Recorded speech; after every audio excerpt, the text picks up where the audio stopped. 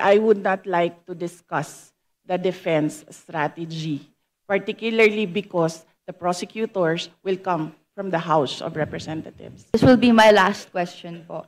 Okay. In relation po doon sa ibang mga items in the budget before, we have taken note that if confidential funds of the Office of the Vice President, according and as revealed to the good governance hearings, was dispersed to the security heads or the VP-SPG.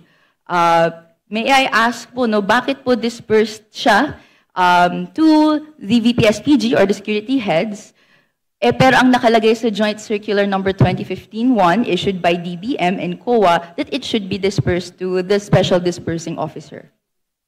Madam Chair, this is the confidential funds is a subject of impeachment proceedings.